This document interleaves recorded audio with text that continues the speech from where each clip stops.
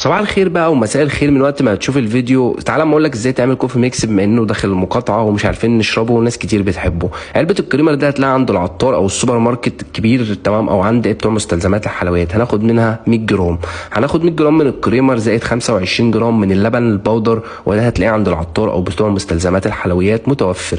هناخد بقى قهوه سريعه الذوبان، في منها نسكافيه مصر وفي منها انواع كتير، بس اتاكد ان هي مصريه علشان ما تكونش بتدعم عشان الفيديو ما يتمسحش. بس هناخد من النسكافيه او القهوه سريعه الذوبان هناخد 25 جرام.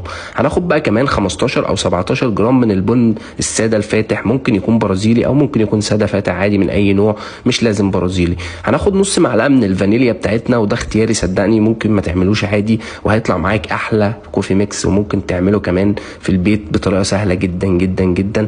وما تنساش لو انت ما تعرفش، انا علاء فوده بقدم محتوى عن القهوه، بقول لك خلطاتها وكل حاجه وكل الطرق بتاعتها زي ما بنعملها في المحلات بالظبط. المهم هناخد بقى معلقتين ونص. انا بصراحه بحب الكوفي ميكس يكون تقيل، هبدا اضربه كده بالمضرب بتاعي، او ممكن تستعمله زي ما انت بتستعمله بالظبط، هو هيطلع معاك نفس الكوفي ميكس اللي انت بتشتريه من قلب السوبر ماركت. وكفايه يا صاحبي ان هو مش متلوث بدم اخواتنا، وحاجه مصريه 100% بمنتجات مصريه 100%، واللي عاملها لكم علاء فوده اخوكم اللي بيحبوكوا في الله، لله في لله كده، ودايما بيفكوا باي حاجه هو يعرفها.